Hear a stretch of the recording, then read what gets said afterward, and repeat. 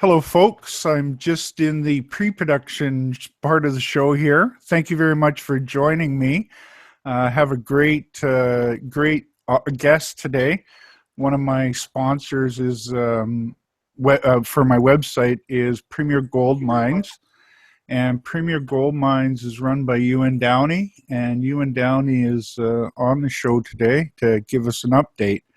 They've been one of the companies that have been exceptional performers as the gold market has turned around, outperforming, I would say, their peer group quite significantly. Not in addition to being a website sponsor, they've also been a pick of mine prior to becoming a sponsor, so they've been making me look good on a couple fronts there. I have to thank them for.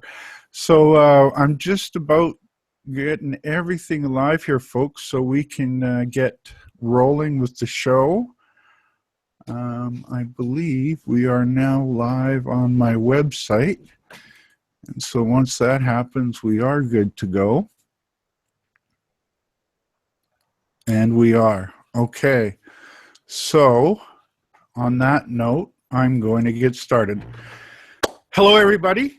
I'm Alan Barry Laboucan. I'm the founder of the Alan Barry Reports, the host of this show, and got a really great show set up for us today. One of my website sponsors is one of the first two sponsors, actually, are companies that Ewan Downie is involved with. One is Wolfden Resources, and the other is Premier Gold. I'm happy to talk about have them on to talk about Premier Gold because they've been doing some great things lately, and we need an update. So, Ewan, thank you very much for joining us. I'm glad to be back, Alan. Well, and now that you said the be back part, it reminds me that you've been a good luck charm for me, Ewan. The Ewan Downie effect. You came on in mid-December when gold was down in the dumps. It was ending the 4-year bear market in gold. You got the bottom for me, and then we started the uptick.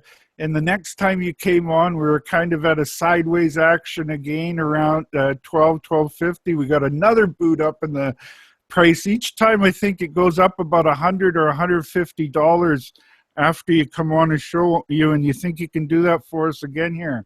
I'm going to do my best. All righty.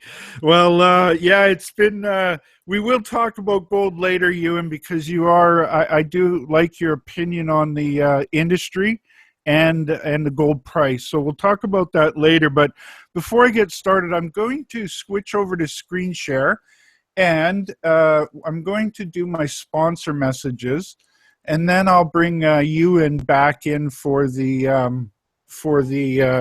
interview. And while we're in that interview, I will have my screen on screen share, so you'll be able to see the press releases we're talking about and all that. So we're all good to go here.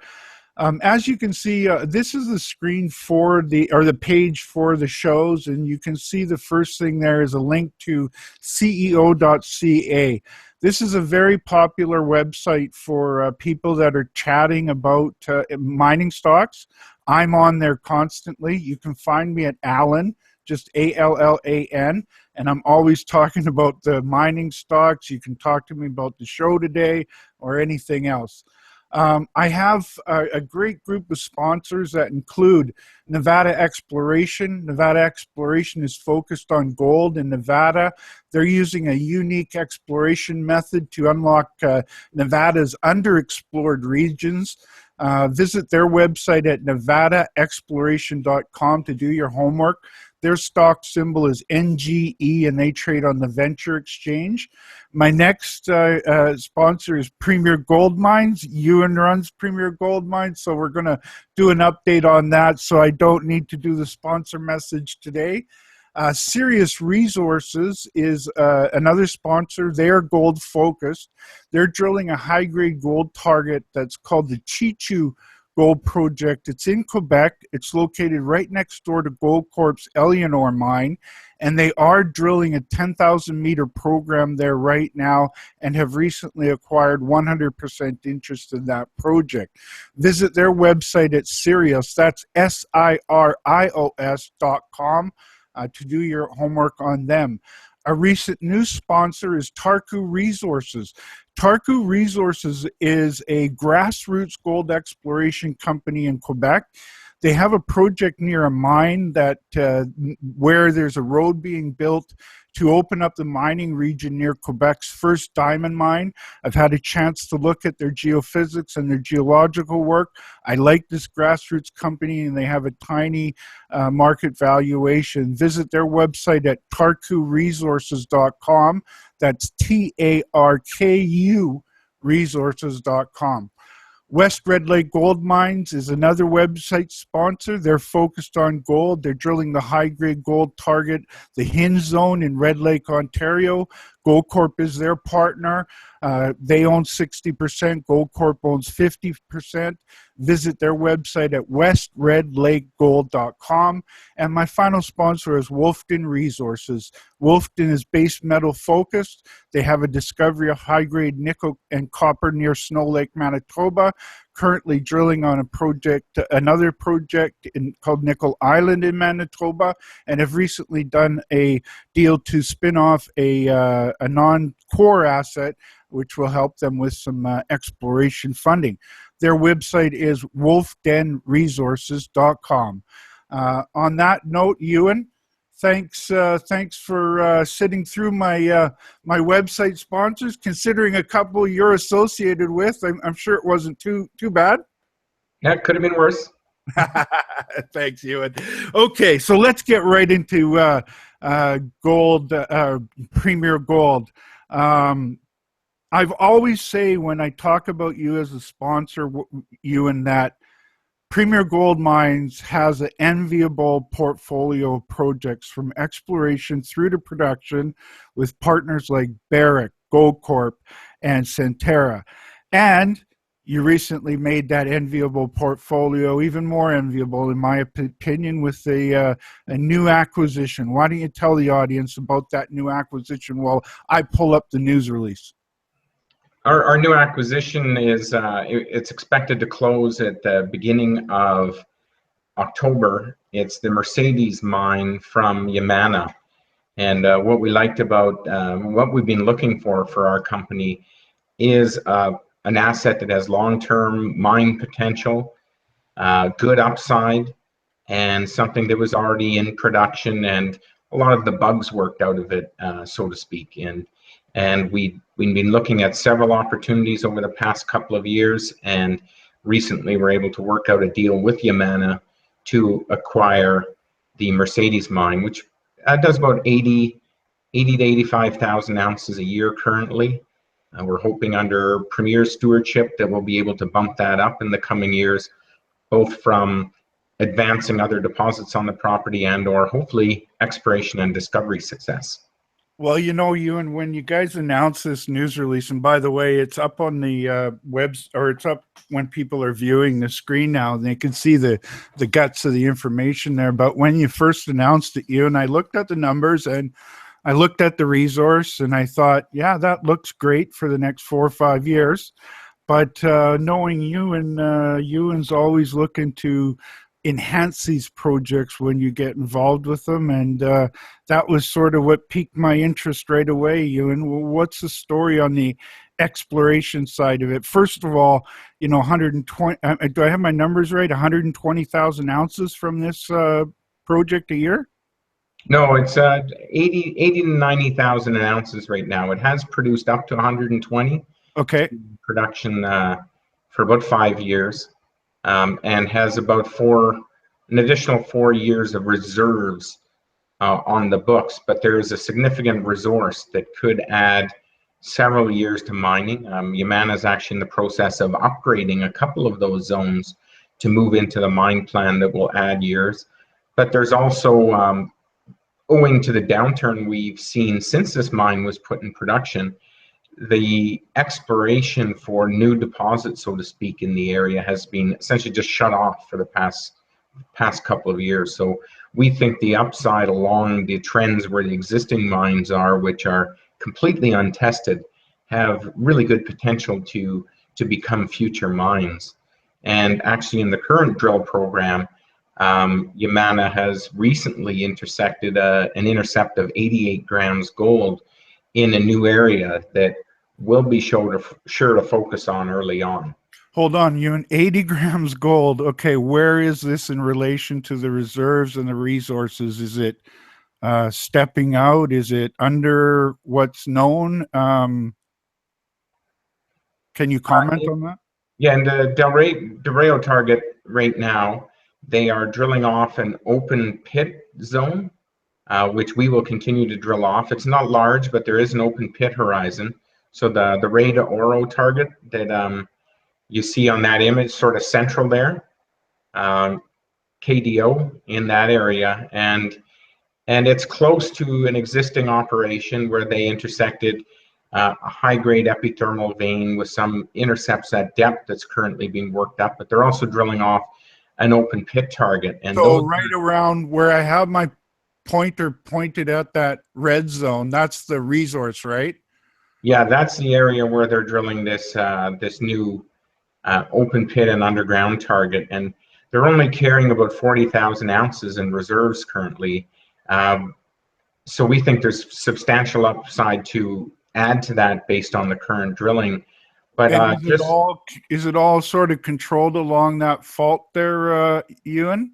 I wouldn't say these are necessarily or structure, but it's a structural area where you could expect to find epithermal alteration as you continue along that structure out undercover. So everything in that image. So this is an epithermal system, so you would be expecting to see multiple veins and stuff like that, right, Ewan? Yes, and they hit this 88 gram intercept while drilling the open pit just outside the pit target area. They hit a high grade vein that hasn't been followed up yet, and that's a pretty exciting target for us to jump on right away. But in that image that you have up on your screen, all that yellow is a post mineral cover, and that post mineral cover, there's almost no drilling underneath that post mineral cover. So this is reminding me of one of my sponsors, you in Nevada Exploration. There, you looking in Nevada where there's all that cover, beside the mountains and everything, and they're trying to use waste or water from what do they call it, from water, when you drill down for water, and to try and see a little through that cover at the prospective rock below it. Is that a similar story? Yeah, a similar story, except here the cover is very shallow, so we'd only expect it to very gradually go undercover. And the other thing we like about this area, so maybe a few meters kind of thing. Yeah, it gets up to probably 40-50 meters as you continue out to the northwest. But these type of districts often have multiple zones. They're mining actually 3 different areas currently. And so we think that the upside along these trends is quite substantial. And the other thing, when you have a mill like Mercedes in really a district, there is the opportunity for perhaps toll milling in the future. There's other discoveries that we know of in the district, some from little public company or smaller public companies, some from private companies. So we think the addition of other add-ons, so to speak, of properties in the future will be a real goal for us, and we think that this will be a very long life asset for the company. So it's fair to say that you've got production here and lots of exploration ground ahead of you to try to, as you're producing from it, try to replace that in a 4 to 5 to 10-year window. Yes, that'd be the sort of midterm plan, is to expand that mine life out several years. But so the first goal is probably as close to operations as possible, right? Yes, drilling off this open pit target. following up this 88-gram intercept, et cetera. Those will be some of the priorities. And then we'll be chasing the Mercedes trend out under cover, probably with some regional exploration just to see if So we... that's up in here, right? Yeah, up in that area, yeah. Okay. And so that looks like very little. Nothing's been really, nothing's been done up there. You can't. Yeah, there's been almost no drilling up under the post-mineral cover up in that upper corner. So we think the upside for discoveries by just doing some regional exploration in that area is very good. And So is there a kind of a potential for a parallel kind of things happening here? Looks like there's a few things. yeah, there's other structures that have alterations. So yes, we believe that some of those other structures could, it'll take some grassroots exploration, but could also result in finding deposits along other trends. Because you've got two here that right there, that M target, and this LB looks like an extension of that structure as well, right? Yeah, they're actually mining all of those areas right now. All So the red ones, right? yeah, the M is the original Mercedes mine. Okay. Okay. And which way do they dip? Are they straight? Are they just vertical? Yeah, vertical High grade veins? yeah, with a boiling point, so limited in vertical extent, but seem to have in places fairly decent strike potential along those. This is very similar to the mine that Yamana bought down in Argentina from Extore, which was a sponsor back in the day, and a pick before they got taken over. Same kind of story. It was an epithermal field that they went and did their exploration. Same kind of thing where you've got 150 meters and above to surface, the potential for real high grade. Relative to being able to make some real serious money off of those kind of operations. Yep. And so this sounds a lot alike. I don't Yeah. think they started building that Extore mine down there yet.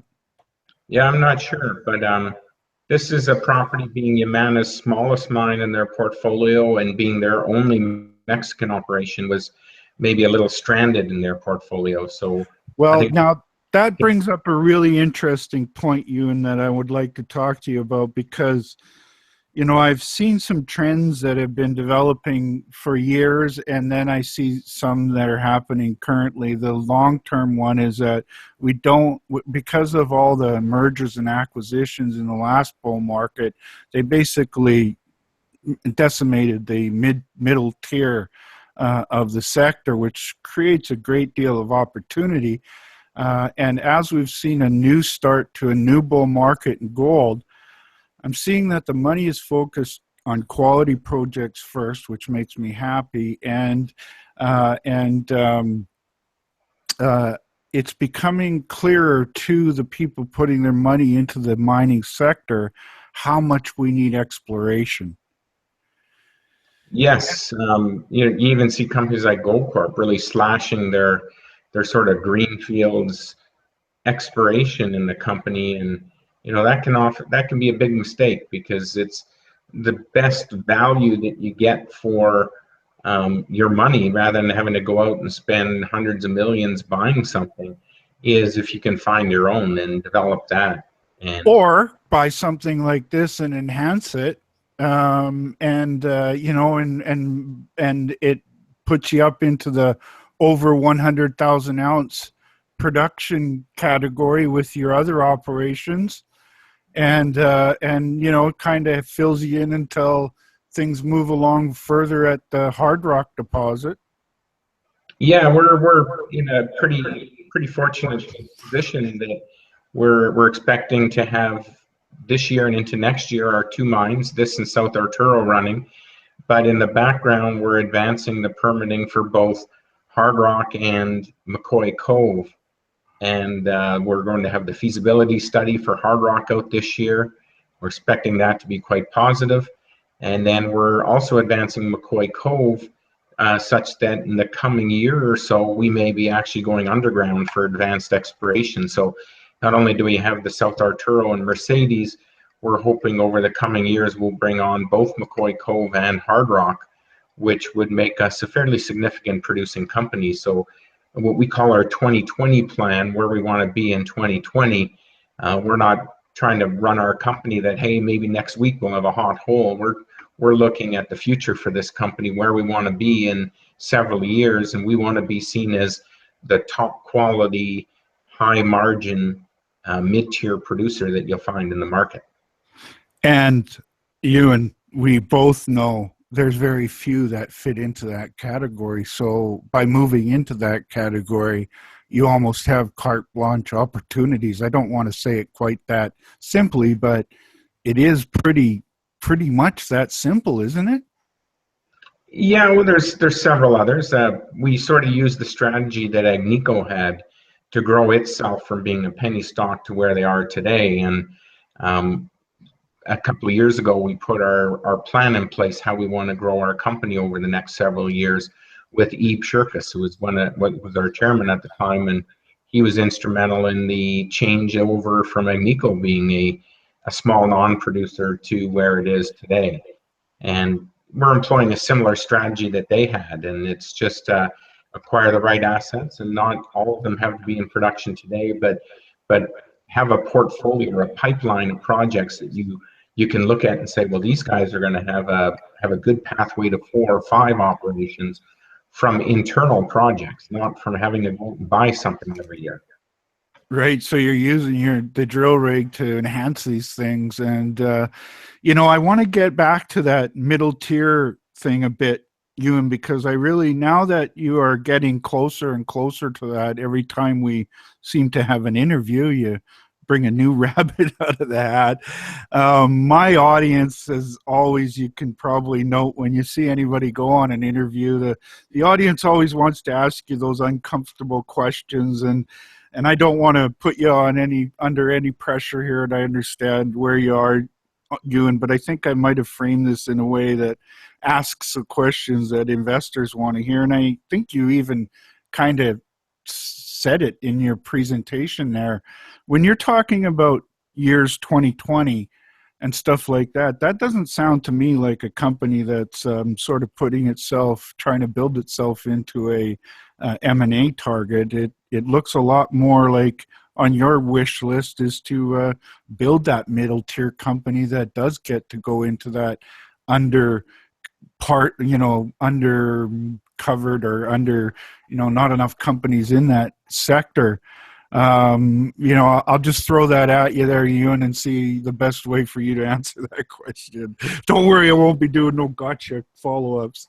Yeah, I think initially our initial goal with the company when we first made it back in 2006, we've been around for 10 years, was we put our Red Lake assets in it, and our real goal at the time was to sell Premier to Goldcorp. But when Goldcorp didn't take us out, we decided, well, hey, we better build a real company. Can't always just be waiting for somebody to take us out. And especially over the past several years, we've taken the strategy that, if we were to be a takeover target today and we're serious about wanting to be taken over, we would probably just be, you could look at a 34% premium. That's your upside on our stock.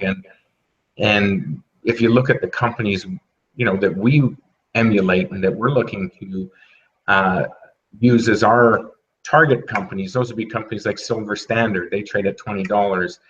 Agnico trades at 70. So our target for our company is much higher than 30% on the current share price. Exactly, and that's another point that's well worth making. Ewan, I think the job of by the way, while we're talking here, I'm going through some of the projects so people can see some of the maps and everything.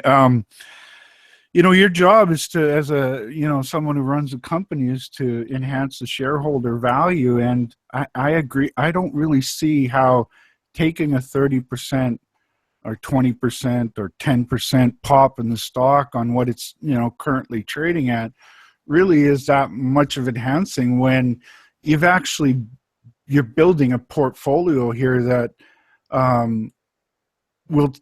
has the potential of generating a lot of news while the price in gold gets stronger.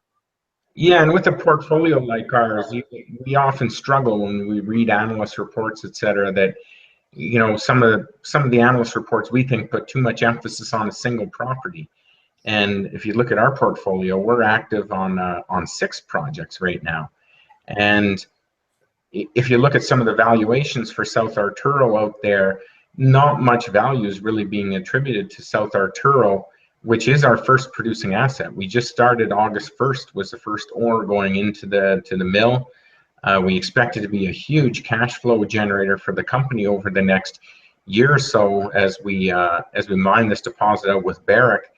But really, we're given value just on that pit that we're mining right now. But there's a high-grade underground opportunity we're hoping to exploit in the future. There's another larger pit than the one we're doing. We're currently doing economics on. So there's a significant upside in Arturo that I think it isn't being reflected in any of the analyst reports who cover our company. And then when you look at our McCoy Cove property, which is not too far away, it's a high-grade underground target. And just look at the results we've been putting out this year. They're, I'd say on par, or arguably, because we're proving continuity amongst the junior group out there, some of the best results coming out of all of Nevada. Yet we put out a press release with some good holes, and it's really, I think the stock moved about a penny that day, and there's other companies you can see in Hey, Ewan, I just pulled up the pit from the McCoy Cove that you had on your land package, and it shows there's 2 pits here. And where was that drilling you're talking about in relation to those 2 pits? Okay, it's the northern pit in that picture, so the upper pit, and just off to the left. So if you move left, about right there is where we're drilling. So we're drilling along the same structure that they were mining in the pit. And if I could go down, it's below the pit, right? Yeah, about 600 meters below surface is where this zone sits. So not too far below the bottom of the historic pit, but it's along that same structure they were mining. We have the Helen Zone deposit that will be bringing up to an updated 43101 next year. But there was a gap between the Helen Zone deposit and the Cove pit that hadn't been drilled, and that's where we're drilling now and getting grams times meters, some of the best intercepts ever from this property. Wow. And really, because maybe we're not viewed as an exploration play as much as we used to be, we're putting out great results. We'll have more results out in the next couple of weeks that we think continue to confirm this gap area. And that's okay. So I've got the Cove McCoy claim maps with this one stepped back from Google Earth a little bit further. So I'm trying to pick up some of these structures you were talking about, Ian. So the Cove, that's the Cove pit you're talking about right there that I'm circling? Yeah, and the Cove pit, most of the mineralization within the Cove pit was situated within along the anticline in that area. And the anticline strikes about 300, 330 degrees. So it trend through the pit in a southeast northwest direction, and we're just following that anticline out along the trend. The Helen Zone sits out there. This new gap area sits there, and along that trend to the northwest, it's almost completely undrilled. So I think I picked it up here. The structure you're talking about, Ewan, is it right there? No, it actually runs the other way. But if you make an X, it runs that way too. So this way. Yeah, and it's hard. You don't see it from the surface. Looking at the surface, you have to map the rocks on surface. Some of them have been. But you can pick up some of it if you step back here a little, right? Is that the direction? Yeah, along that trend. Yeah. Okay. And so there's this area in between here. Yeah, we're drilling to the northwest, so up to above the pit, just below the E in Cove. Oh, right up there. Okay. Yeah, that's about where the area is, and we're getting consistently sort of. Oh, so bang! Yeah, you can see it line up there, eh? Okay, I get you. So sort of 30 to 50 meter intercepts of 6 to 8 gram material, and within that, we're getting 10, 20 meter intercepts of 10 to 20 gram material. Well, And you and I think you are getting valued for, I think you are getting valued partially as a collective of all the various different projects.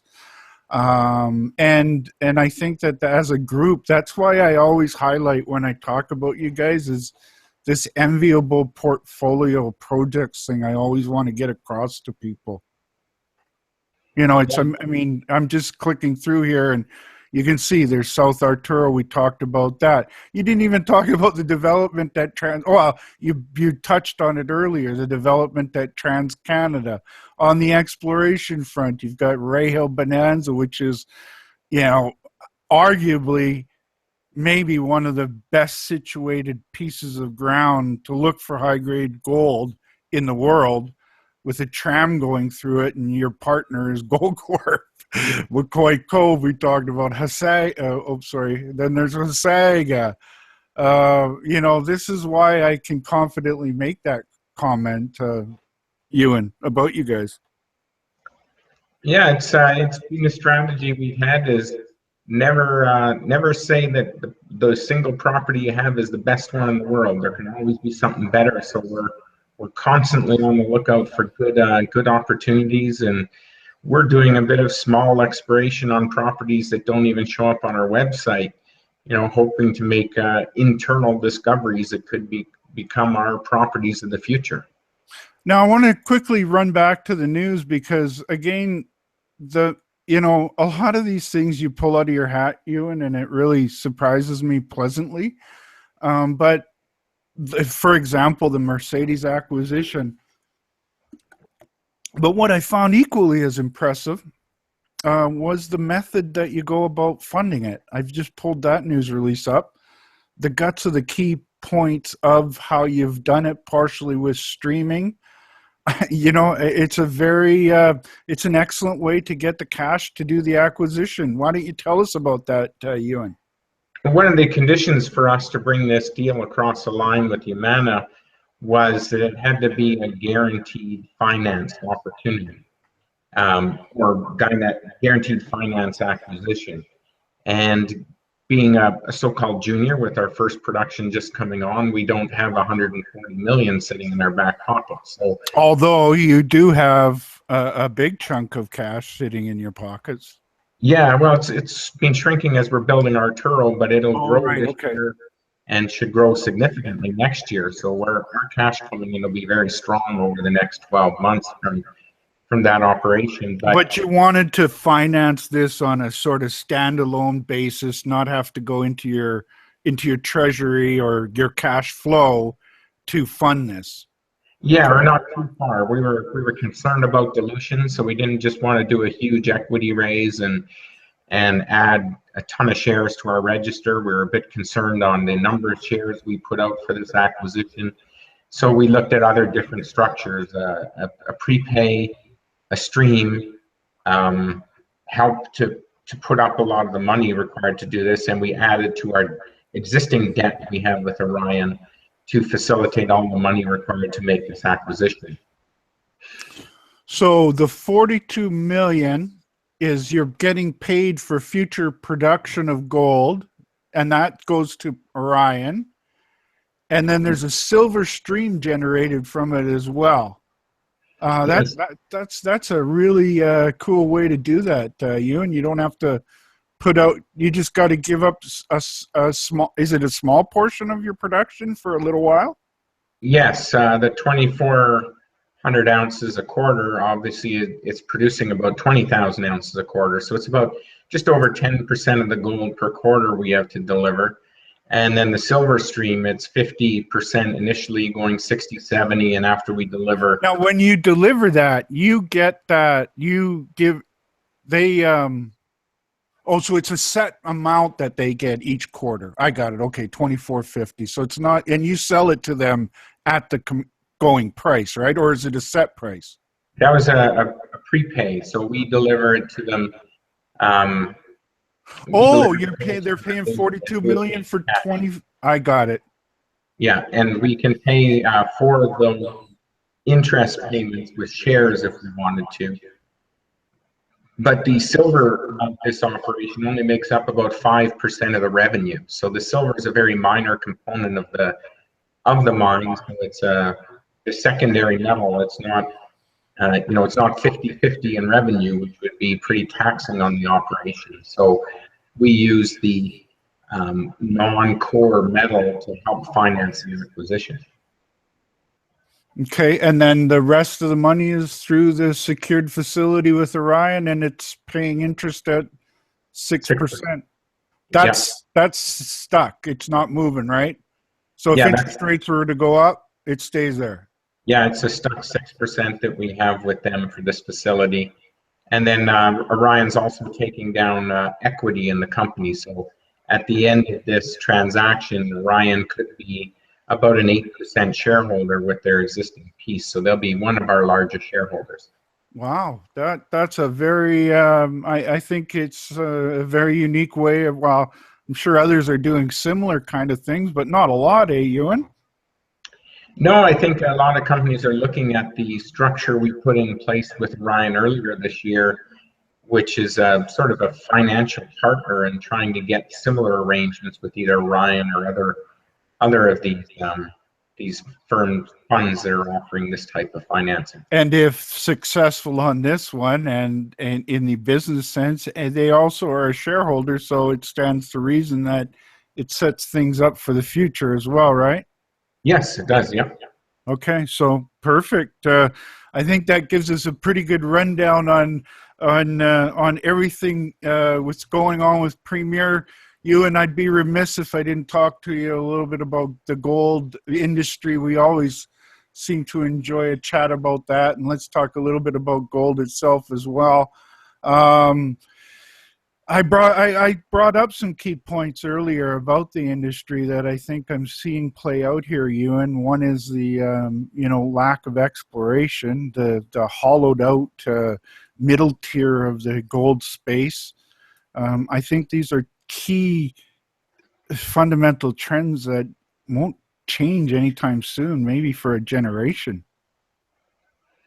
Yeah, it's. I think you look at the world economies. It's almost a race to devalue currency around the world, and really that can't be anything but good for gold. But you look at the flip of that, all this money is ultimately going to lead likely to pretty significant inflation worldwide, and that's even better for gold. So I think we're set up pretty good for the future.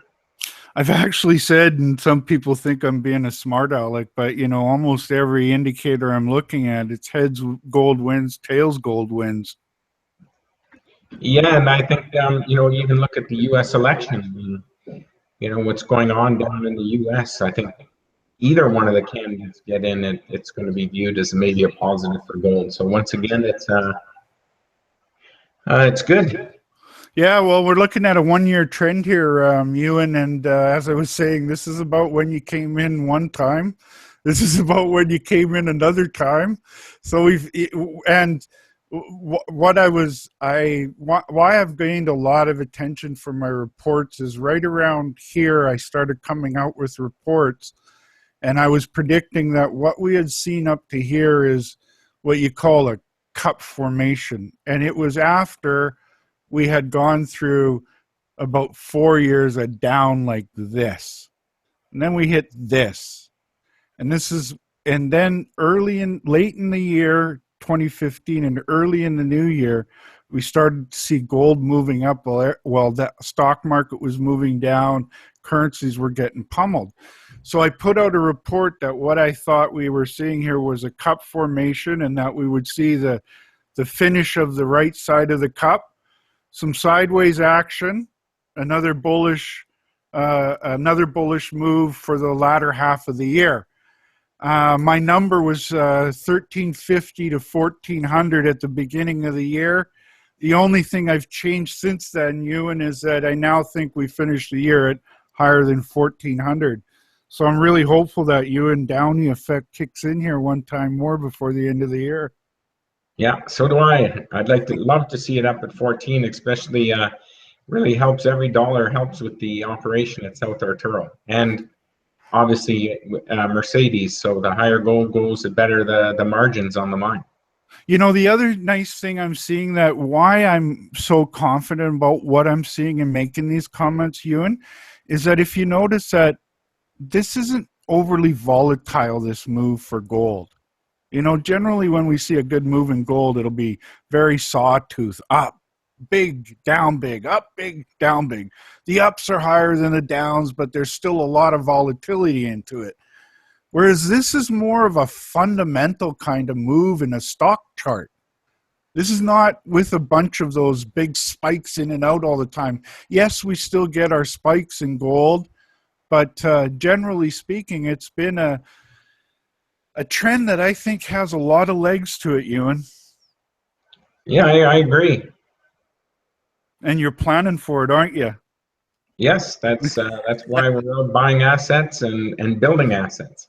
Excellent, Ewan. So you think we're gonna hit my number on gold over 14 by the end of the year?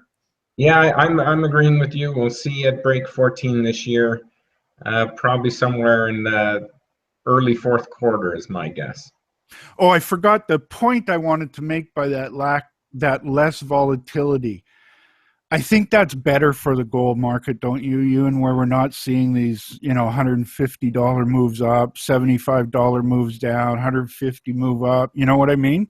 You can plan things a little bit better with this kind of action that we've been seeing as gold gets stronger. Yeah, it's good to see it go in a good clear path upwards rather than those big jumps. I think you see a $200 jump and then a 50 jump the next day. Probably going to see it come off 100 or 150 the day after. So I think it makes people even more nervous when you see those big sawtooth actions than confident in the sector. And it's nice to see the good steady climb. We still get those days where something happens that knocks us down to $10, $20, but usually after a couple of days you start to see it recover again. So the feeling's right on it right now. You got it. That's a great note to end things on. I'm going to stop this screen share here, so we'll be back on the screen. Ewan, anything closing notes to talk about? Ewan, you guys got any? What sort of fundamental work you're working on right now that's going to be news in the near future? Well, drilling off this gap zone at McCoy Cove is going to be some of the newest news, I guess. More results coming out of Hasaga as we move into the third quarter, end of the third quarter, moving into the fourth quarter. We're going to see the feasibility study come out for Hard Rock. That's going to be a major milestone for our Trans-Canada project. Hoping later in the fourth quarter to get initial resource out on Hasaga. So hopefully that'll be a big growth in our resource ounces that our company has.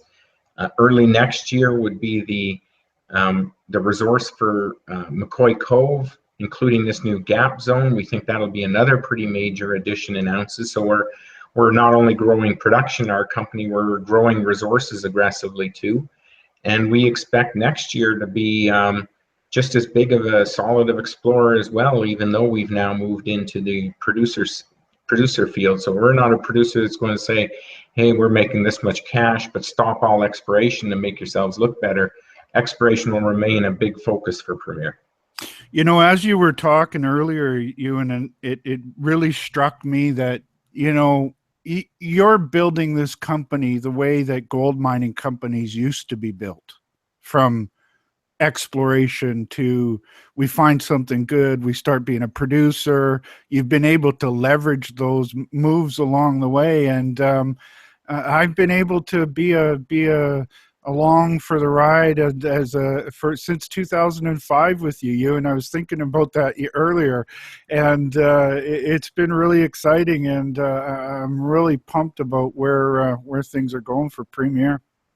Back in the original Wolf Den days when I first met you, that was a bit different of a project for us. High Lake, Izok, etc., up at the Arctic Ocean, is a project that was over our head in terms of our scope of our ability to turn that into a mine. So essentially we had to sell the company to assure that the asset moved forward. Well, you sold it at an opportune time, by the way.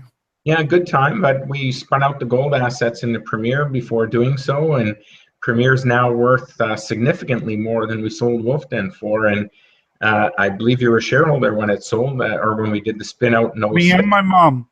And yeah, and so we spun it out. It traded in the mid 50-60 cent range initially. So it's been, and that was a free share for our Wolf Den shareholders. That so was actually the first time because you spun the company out, and then I had to make it an official pick again. So I did get in there again and make it a pick at 60 cents. And Premier's been a really great pick for me over the years. Ewan, during the bad market, it outperformed its peers. During the good market, it's outperforming its peers. But do you see what do you get where I'm going with that? Building a company like they used to be, Ewan? You're a rock guy. You're building it with the drill hole. You're building quality assets that make sense on the bottom line. I'm from Vancouver, so I got to see some of those companies. Tech was one of those companies in the past. Do you think I got things right there to generalize you like that? yeah, I think so. Look at the guys I work with. Steve McGibbon on the exploration side. He's had a great, he was involved in the discovery of the high grade zone. So one of the most significant gold discoveries in history. And we've put together a great exploration team. Our entire team on each site, the guys in Red Lake, the guys in Nevada, very focused, very strong team, able to make exploration discoveries. Added Charlie Roncos, who joined us from Goldcorp after the shakeup when David Groffalo took over. So I think we've assembled a really, really tight team that's able to pick out the right projects to work and make hopefully those good discoveries. And I think every year we've knocked on a new discovery, so hopefully we can keep that up for years to come. Well, you guys were prescient when you named the company Premier Gold, and you also threw in their mines. So I think early in the days you had good vision of where you were going with the company. And I'm really glad to have you on board as a website sponsor, Ewan, and have you on the show here. And it's just great for my audience. Thanks a lot. All right, thanks for having me on again. You gotta make sure we're gonna come on again soon. Maybe next time we need another $150 move in the price of gold. Yeah, okay, we'll do that, and maybe by then we'll be talking about the gold that's coming out of some of our properties. You got it, and that sounds awesome. So I'm going to close things off. Before closing, I always like to stress that the show is for information purposes only. It's important for you to do your homework and speak with your financial advisors before making any investment decisions. I always like to thank my sponsors because that's how I make these shows possible. And I'll thank them on the audience's behalf. You, the audience, make this show worth doing. And I want to thank you and Ewan again. Thanks a lot, Ewan. We're going to get you on again soon. Okay, I'll look forward to that again. All righty, everybody. You have a wonderful day, and we will talk to you soon.